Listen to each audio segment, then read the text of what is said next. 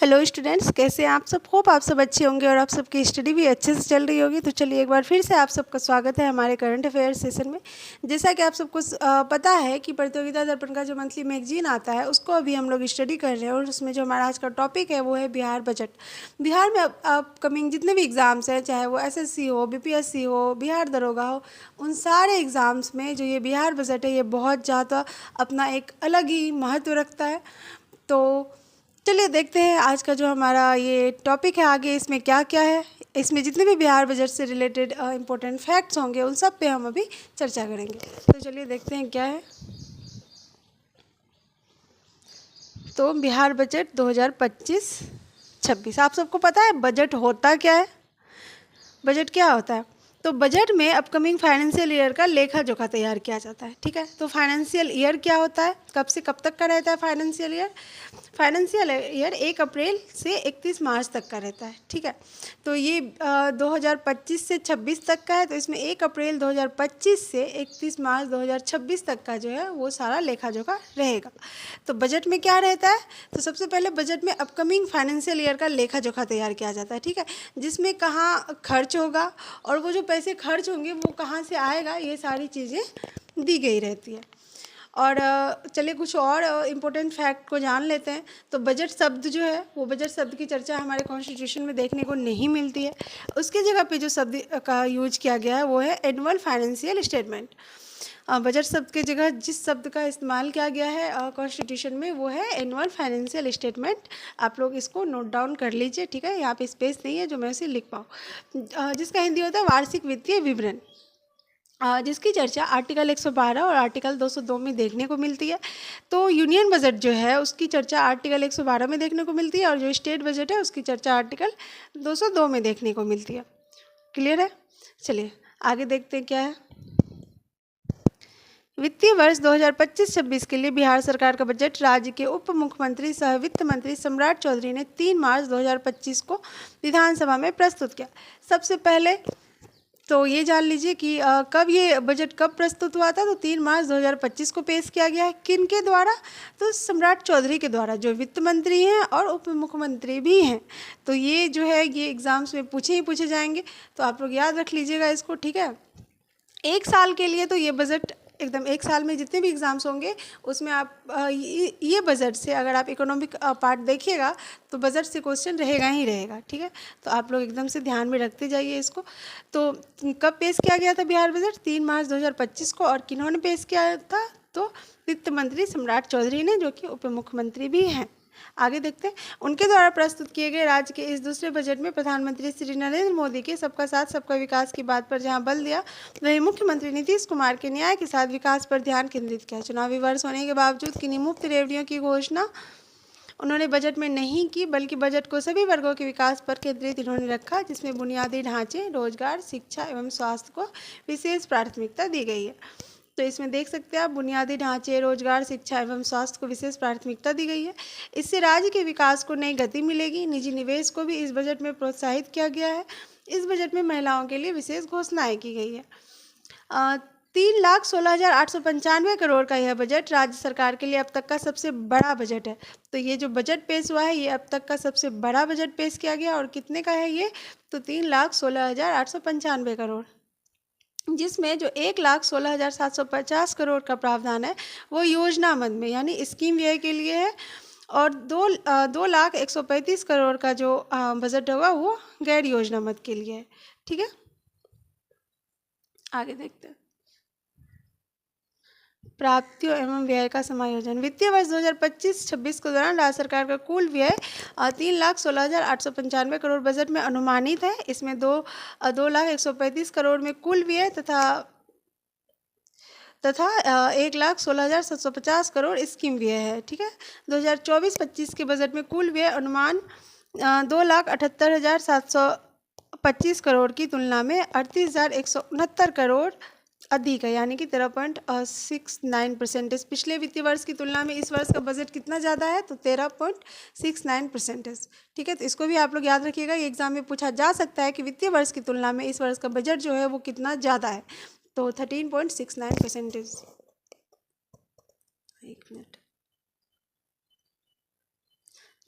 13.69%। तो इसको आप लोग याद रखिएगा कि पिछले वित्तीय वर्ष की तुलना में इस वर्ष का बजट जो है वो कितना ज़्यादा है, तो 13.69%। क्लियर है? एंड आगे देखते हैं। और 2025-26 में कुल प्रस्तावित व्यय में स्कीम व्यय इतना परसेंट तथा स्थापना, ये सारी चीज़ें जो है उतना ये नहीं है, तो चलिए इसको स्किप करते हैं हम, ठीक है। आगे का जो हम बहुत ज़्यादा महत्वपूर्ण पार्ट है हम उसे देखते हैं। हाँ जी, तो सबसे ज़्यादा महत्वपूर्ण पार्ट राजस्व घाटा, राजकोषीय घाटा व प्राथमिक घाटा, यानी कि physical deficit, revenue deficit and primary deficit. तो चलिए देखते हैं इसमें क्या है। प्राप्तियों एवं व्यय के उपयुक्त अनुमानों के चलते 2025-26 में राज्य सरकार का राजस्व घाटा -8,831 करोड़ होगा, अर्थात राजस्व खाते में 8,831 करोड़ का आधिक्य रहने का अनुमान है। संशोधित आकलन के अनुसार पूर्व वर्ष 2024-25 में राजस्व घाटा 36,787 करोड़ रहा है। 2025-26 में राजकोषीय घाटा 32,718 करोड़ बजट में अनुमानित किया गया, जो GSDP का 2.98% होगा तथा FRBM अधिनियम में निर्धारित सीमा के भीतर ही रहेगा। तो यहाँ पे जो राजकोषीय घाटा यानी कि फिजिकल डिफिसिट का जो एक एस्टिमेट रखा गया, बजट एस्टिमेट, वो है 2.98%। ठीक है, ये आप लोग ध्यान में रखिएगा ही रखिएगा कि ये है 2.98%। ठीक है, फिजिकल डिफिसिट क्या होता है आप सबको पता है। तो जो टोटल एक्सपेंडिचर होता है वो जब टोटल इनकम से ज़्यादा हो जाता है तो उसे हम लोग फिजिकल डिफिसिट कहते हैं। जैसे मान लीजिए कि आप 100 रुपये आपका इनकम है और उसमें 102 रुपये आप खर्च कर दे रहे हैं, तो वो जो एक्स्ट्रा 2 रुपये है वो आपका क्या हो जाएगा, वो आपका फिजिकल डिफिसिट हो जाएगा। ठीक है, और यहाँ पे राजस्व घाटा एक और वर्ड है, यानी कि रेवेन्यू डिफिसिट। तो आप सबको पता है रेवेन्यू डिफिसिट क्या होता है। तो टोटल जो आपका रेवेन्यू एक्सपेंडिचर होता है वो जब रेवेन्यू रिसिप्ट से ज़्यादा हो जाता है तो उसे हम लोग राजस्व घाटा कहते हैं। तो राजस्व घाटा, राजकोषीय घाटा, प्राथमिक घाटा, इन सारी चीज़ों को अगर आपको डिटेल में जानना है तो डिस्क्रिप्शन में लिंक दी हुई रहेगी, आप लोग वहाँ जाइए और वीडियोज़ देखिए एंड आपके जितने भी डाउट्स होंगे ना वो सारे के सारे क्लियर हो जाएंगे। ठीक है, एक चीज़ और आप लोग ध्यान में रखिएगा कि 2.98% जो यहाँ पे दिया गया है फिजिकल डिफिसिट, ये बजट एस्टिमेट है कि इतना होगा, बाकी वो होगा कितना वो अभी पता नहीं चलेगा, वो अब नेक्स्ट ईयर पता चलेगा। ठीक है, हो सकता है कुछ ऐसी घटनाएं हो जाए, कुछ ऐसी चीज़ें हो जाए जिससे सरकार का खर्च बढ़ जाए, तो फिर वहाँ पर फिजिकल डिफिसिट भी जो है वो हमारा जो ये परसेंट है वो बढ़ जाएगा। ठीक है, तो चलिए देखते हैं, आगे देखते हैं। पूर्व वर्ष 2024-25 में राजकोषीय घाटा GSDP का 2.98% रहने का लक्ष्य बजट में था। देखिए पिछले साल भी 2.98% ही एक बजट एस्टिमेट जो बना था 2024-25 फाइनेंशियल ईयर का, वो भी 2.98% ही था, किंतु संशोधित आंकड़ों में यह 9.20% अनुमानित किया गया है। बट जब ये रिवाइज्ड हुआ तो ये कितना ज़्यादा बढ़ गया, तो ये बढ़ गया 9.20%। ठीक उसी तरह इस बार भी 2.98% रखने का लक्ष्य किया गया है। अब ये कितना होगा वो नेक्स्ट ईयर पता चलेगा। ओके, आगे देखते हैं। प्राथमिक घाटा 2025-26 में 9,704 करोड़ रहने का बजट में अनुमान है। प्राथमिक घाटा मीन्स जो फिजिकल डिफिसिट है उसमें इंटरेस्ट पेमेंट जो होता है सरकार का, ठीक है, उसे माइनस कर देते हैं तो वो होता है प्राथमिक घाटा यानी कि प्राइमरी डिफिसिट। तो इंटरेस्ट पेमेंट क्या होता है, तो सरकार जो लोन लेती है ना उसका इंटरेस्ट का पेमेंट जो है वो फिजिकल डिफिसिट में माइनस कर देते हैं। ठीक है, तो वो होता है आपका प्राथमिक घाटा। आगे देखते हैं, आगे क्या है। अन्य महत्वपूर्ण बजटीय घोषणाएं। बजट में किसी नए कर का प्रस्ताव नहीं है। ठीक है, 2025-26 के दौरान राज्य सरकार का कुल प्रस्तावित आय 3,16,895 करोड़, जिसमें स्कीम व्यय 1,16,759 करोड़ है। तो यहाँ पे कुल प्रस्तावित आय कितना है, तो 3,16,895 करोड़। ध्यान से आप लोग सुनिएगा और नोट डाउन भी जरूर से कर लीजिएगा। एंड स्कीम व्यय जो है वो है 1,16,759 करोड़। पूंजीगत व्यय 64,894 करोड़, जो कुल व्यय का यहाँ पे 20.48% है।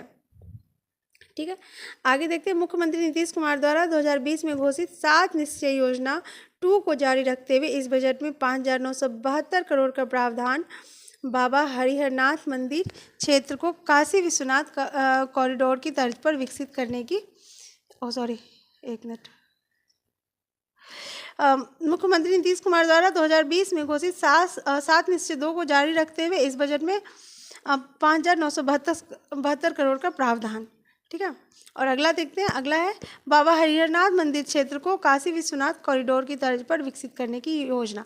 तो यहाँ पे क्वेश्चन बन सकता है कि काशी विश्वनाथ कॉरिडोर की तर्ज पर हमारे बिहार में जो है वो क्या, कहाँ पे कौन सा क्षेत्र विकसित हो रहा है, तो बाबा हरिहरनाथ मंदिर।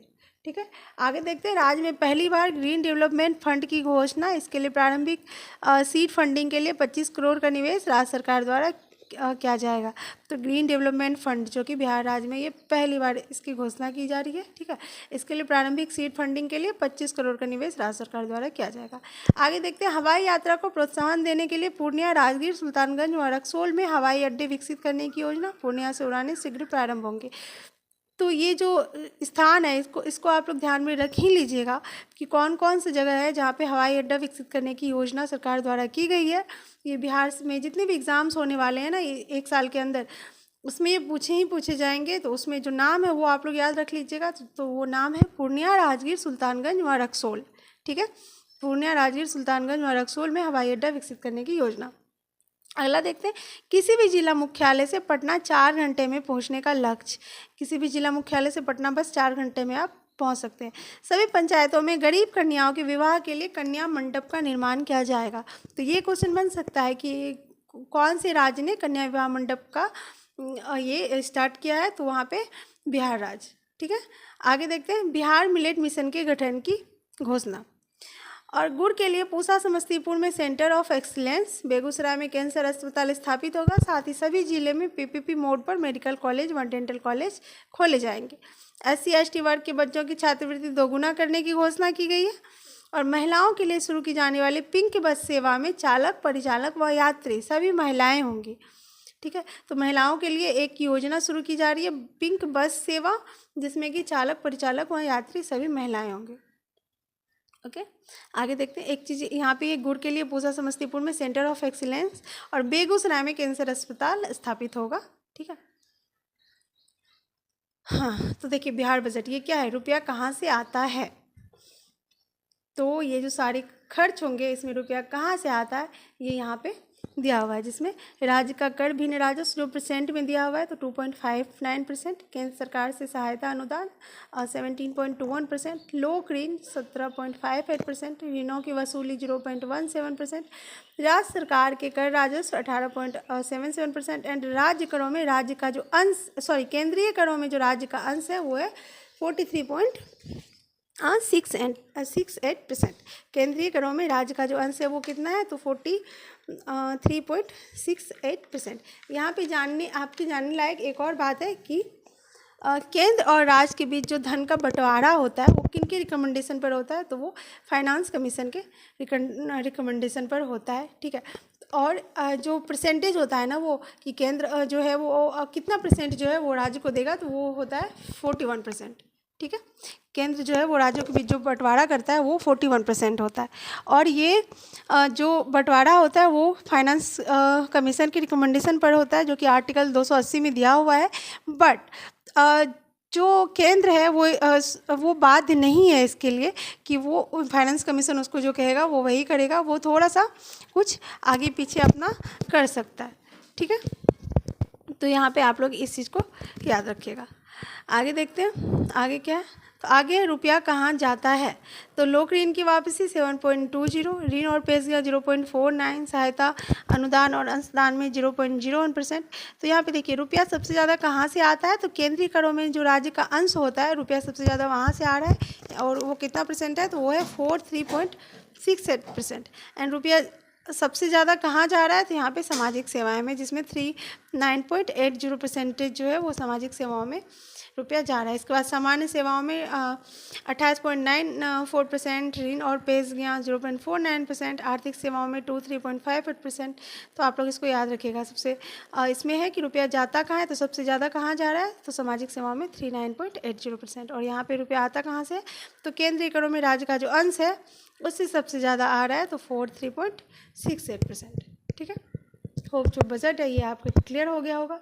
एंड जो जितने भी डिफिसिट है उसका जो लिंक है वो डिस्क्रिप्शन में डाल दिया जाएगा, तो आप लोग एक बार ज़रूर से देख लीजिएगा उसको, आप लोग का सारा जो है डाउट वो क्लियर हो जाएगा। ठीक है, तो मिलते हैं हमारे अगले क्लास में, तब तक के लिए थैंक यू।